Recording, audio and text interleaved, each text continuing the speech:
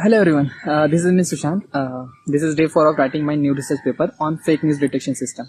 For that, I started reading another research papers. So मी आता माझं second research paper complete केलेलं आहे reading. तर त्या रिसर्च पेपरमध्ये ते असे सांगतात की म्हणजे फेक न्यूज आहे ते एक जस्ट टेक्निकल प्रॉब्लेम नाही आहे, ते एक सोसायटल आणि सायंटिफिक प्रॉब्लेम आहे. तर या प्रॉब्लेमला सॉल्व्ह करण्यासाठी तुम्हाला वेगवेगळ्या डिसिप्लिनला कंबाईन करून याच्यावर एक सोल्युशन काढावे लागेल. सो ते अशा पण यांच्यामध्ये एक प्रपोजल देत आहे की त्यांनी political science, computer science, law, psychology आणि सोशियोलॉजी अशा वेगवेगळ्या डिसिप्लिन कंबाईन करा, त्याच्यानंतर त्याच्यावर एक सोल्युशन काढा, अशा प्रकारचं त्या यामध्ये अप्रोच सांगत आहे. आणि त्यामध्ये हे पण सांगत आहे की त्यांनी काही स्टॅटिस्टिक दाखवलेले जवळपास 9 ते 15% जे अकाउंट्स आहेत ट्विटरवरती त्या सगळ्या बॉट्स आहेत ट्विटरवरती.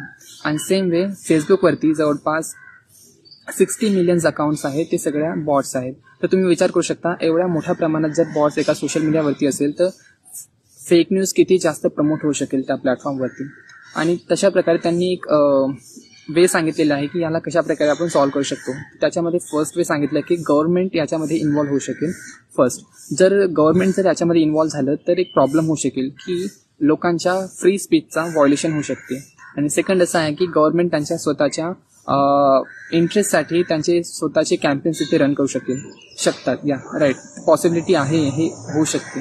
सो याला एक सेकंड अप्रोच त्यांनी असं सांगितलेलं आहे की कंपनी त्यांच्या स्वतःच्या लेवलवरती फेक न्यूज कशा प्रकारे सॉल्व्ह करतील. त्यांनी सांगितले की जर एक फेक न्यूज असेल तर त्यांना तुम्ही प्रमोट नको करा, त्याच्यानंतर जे लोक चांगल्या प्रकारचे जर्नलिझम करतायत त्यांना तुम्ही रिवॉर्ड द्या.